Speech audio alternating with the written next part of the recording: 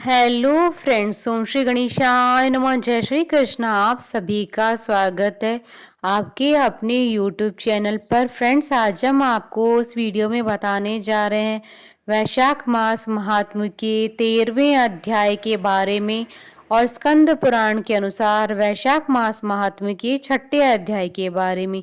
Friends, video शुरू करने से पहले आपसे रिक्वेस्ट है, अगर आप हमारे चैनल पर नए हैं और आपने अभी तक चैनल को सब्सक्राइब नहीं किया है तो प्लीज़ सब्सक्राइब कीजिएगा चैनल को, साथ ही प्रेस कीजिएगा बेल आइकन को, जिससे नए वीडियो से रिलेटेड नोटिफिकेशन आपको तुरंत प्राप्त हो सके।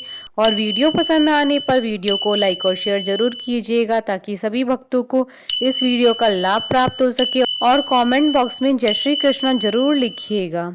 वैशाख मास महात्म सब प्रकार के विघ्नों का नाश करने वाले तथा सारी सृष्टि का पालन करने वाले श्री गणेश जी तथा ज्ञान की दाता श्री सरस्वती जी तथा सब पुराणों के कर्ता श्री व्यास जी तथा श्री गुरुदेव जी के चरण कमलों में नमस्कार करके भगवान की श्रद्धा और भक्ति रस में डूबे हुए वैशाख मास महात्म्य की कथा कहती हूँ।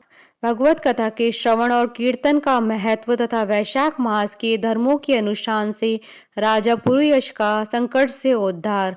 श्रुतदेव बोले, मेष राशि में सूर्य की स्थित होने पर जो वैशाख मास में प्रातः काल स्नान करता है और भगवान विष्णु जी की पूजा करके इस कथा को सुनता है, वह सब पापों से मुक्त हो भगवान विष्णु के परम धाम को प्राप्त होता है। इस विषय में एक प्राचीन इतिहास कहते हैं, जो सब पापों का नाशक, पवित्र, कारक, धर्मानुकूल, वंदनीय और पुरातन है। गोदावरी के तट पर शुभ ब्रह्मेश्वर क्षेत्र में महर्षि दुर्वासा के 2 शिष्य रहते थे, जो परमहंस ब्रह्मनिष्ठ उपनिषद विद्या में परिनिष्ठित और इच्छा रहित थे। वे भिक्षा मात्र भोजन करते और पुण्यमय जीवन बिताते वे गुफा में निवास करते थे। उनमें से एक का नाम था सत्यनिष्ठ और दूसरे का नाम तपोनिष्ठ। वे इन्हीं नामों से तीनों लोकों में विख्यात थे। सत्यनिष्ठ सदा भगवान विष्णु की कथा में तत्पर रहते थे। जब कोई श्रोता अथवा वक्ता न होता तब वे अपने नृत्य कर्म किया करते थे। यदि कोई श्रोता उपस्थित होता तो उसे निरंतर वे भगवत कथा सुनाते, और यदि कोई कथावाचक भगवान विष्णु की कल्याणमयी पवित्र कथा कहता तो वे अपने सब कर्मों को समेटकर श्रवण में तत्पर हो उस कथा को सुनने लगते थे। वे अत्यंत दूर के तीर्थों और देव मंदिरों को छोड़कर तथा कथा विरोधी कर्मों का परित्याग करके भगवान की दिव्य कथा सुनते और श्रोताओं को स्वयं भी सुनाते थे। कथा समाप्त होने पर सत्यनिष्ठ अपना शेष कार्य पूरा करते। कथा सुनने वाले पुरुष को जन्म मृत्यु में संसार बंधन की प्राप्ति नहीं होती, उसके अंतःकरण की शुद्धि होती है। भगवान विष्णु में जो अनुराग की कमी है वह दूर हो जाती है और उनके प्रति गाढ़ अनुराग होता है। साथ ही साधु पुरुष के प्रति सौहार्द बढ़ता है। रजोगुण रहित गुणातीत परमात्मा शीघ्र ही हृदय में स्थित हो जाते हैं। श्रवण से ज्ञान पाकर मनुष्य भगवत चिंतन में समर्थ होता है। श्रवण, ध्यान और मनन यह वेदों में अनेक प्रकार से बताया गया है। जब भगवान विष्णु की कथा न होती हो और जहाँ साधु पुरुष न रहते हो, वह स्थान साक्षात गंगा तटी क्यों न हो, निसंदेह त्याग देने योग्य है। जिस देश में तुलसी नहीं है अथवा भगवान विष्णु का मंदिर नहीं है, ऐसा स्थान निवास करने योग्य नहीं है। यह निश्चय करके मुनिवर सत्यनिष्ठ सदा भगवान विष्णु की कथा और चिंतन में संलग्न रहते थे। दुर्वासा का दूसरा शिष्य तपोनिष्ठ दुराग्रह पूर्वक कर्म में तत्पर रहता था। वह भगवान की कथा छोड़कर अपना कर्म पूरा करने के लिए इधर उधर हट जाता था। कथा की अवहेलना से उसे बड़ा कष्ट उठाना पड़ा। अंतोगत्वा कथा परायण सत्यनिष्ठ ने ही उसका संकट से उद्धार किया। जहाँ लोगों के पाप नाश करने वाली भगवान विष्णु की पवित्र कथा होती है, वहाँ सब तीर्थ और अनेक प्रकार के क्षेत्र स्थित रहते हैं। जहाँ विष्णु कथा रूपी पुण्यमयी नदी बहती रहती है, उस देश में निवास करने वालों की मुक्ति उनके हाथ में ही है। पूर्व काल में पांचाल देश में पुरुयशा नामक एक राजा थे, जो पुण्यशील एवं बुद्धिमान राजा भूरियशा के पुत्र थे। पिता के मरने पर पुरुयशा राज सिंहासन पर बैठे।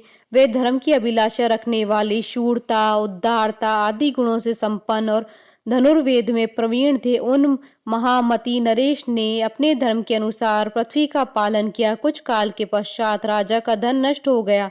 हाथी और घोड़े बड़े बड़े रोगों से पीड़ित होकर मर गए। उनके राज्य में ऐसा भारी अकाल पड़ा जो मनुष्यों का अत्यंत विनाश करने वाला था। पांचाल नरेश राजा पुरुयशा को निर्बल जानकर उनके शत्रुओं ने आक्रमण किया और युद्ध में उनको जीत लिया। तदंतर पराजित हुए राजा ने अपनी पत्नी शिखिरनी के साथ पर्वत की कंदरा में प्रवेश किया। साथ में दासी और आदि सेवकगण भी थे। इस प्रकार छिपे रहकर राजा मन ही मन विचार करने लगी कि मेरी ये अवस्था क्यों हो गई।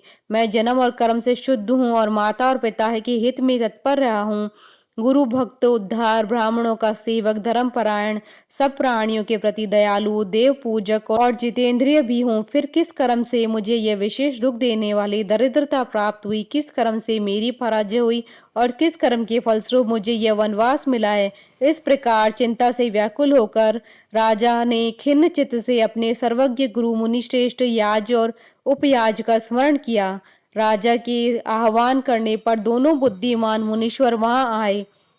उन्हें देखकर पांचाल प्रिय नरेश सहसा उठकर खड़े हो गए और भक्ति के साथ गुरु के चरणों में मस्तक रखकर प्रणाम किया। फिर वन में पैदा होने वाली शुभ सामग्रियों के द्वारा उन्होंने उन दोनों का पूजन किया और विनीत भाव से पूछा, विप्रवरों, मैं गुरु चरणों में भक्ति रखने वाला हूँ। मुझे किस कर्म से यह दरिद्रता, कोष हानि और शत्रु से पराजय प्राप्त हुई है? किस कारण से मेरा वनवास हुआ और मुझे अकेले रहने पड़ा? मेरे न कोई पुत्र है, न भाई है और न ही हितकारी मित्र ही है। मेरे द्वारा सुरक्षित राज्य में यह बड़ा भारी अकाल कैसे पड़ गया? ये सब बातें विस्तार पूर्वक मुझे बताइए। राजा के इस प्रकार पूछने पर वे दोनों मुनि श्रेष्ठ को इस प्रकार बोले, राजन, तुम पहले के 10 जन्मों तक महापापी व्याध रहे हो।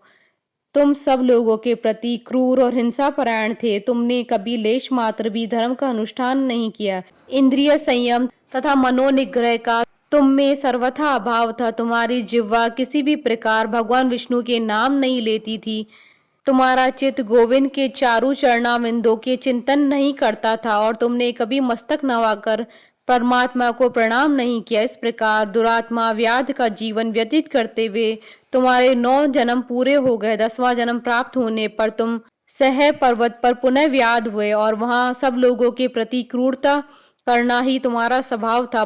तुम मनुष्यों के लिए यम के समान थे, दयाहीन, शस्त्रजीवी और हिंसापरायण थे। अपनी स्त्री के साथ रहते हुए राह चलने वाले पथिकों को तुम बड़ा कष्ट दिया करते थे, बड़े भारी शठ थे। इस प्रकार अपने हित को न जानते हुए तुमने बहुत वर्ष व्यतीत किए। जिनके छोटे छोटे बच्चे हैं, ऐसे मृगों और पक्षियों के वध करने के कारण तुम दयाहीन दुर्बुद्धि को इस जन्म में कोई पुत्र प्राप्त नहीं हुआ। तुमने सबके साथ विश्वासघात किया, इसलिए तुम्हारे कोई सहोदर भाई नहीं हुआ। मार्ग में सबको पीड़ा देते रहे, इसलिए इस जन्म में तुम मित्र रहित हो। साधु पुरुष के तिरस्कार से शत्रुओं द्वारा तुम्हारी पराजय हुई। कभी दान न देने के दोष से तुम्हारे घर में दरिद्रता प्राप्त हुई।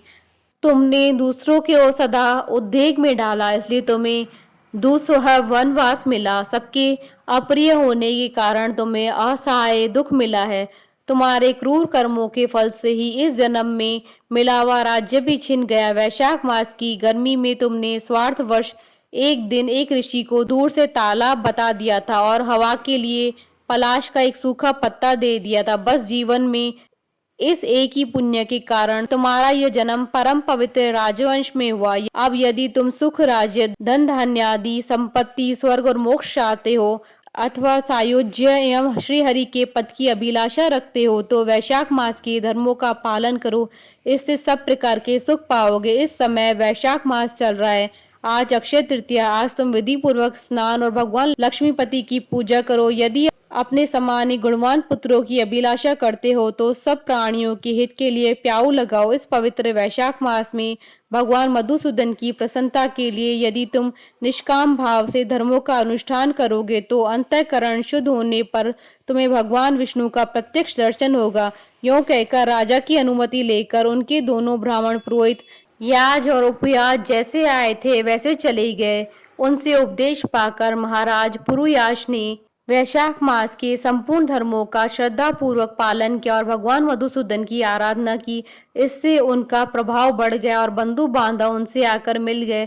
तत्पश्चात वे मरने से बची हुई सेनाओं को साथ ले बंधुओं सहित पांचाल नगरी के समीप आए। उस समय पांचाल राजा के साथ राजाओं का पुनः संग्राम हुआ। महारथी पुरुयाश अकेले ही समस्त महाबाहु राजाओं पर विजय पाई।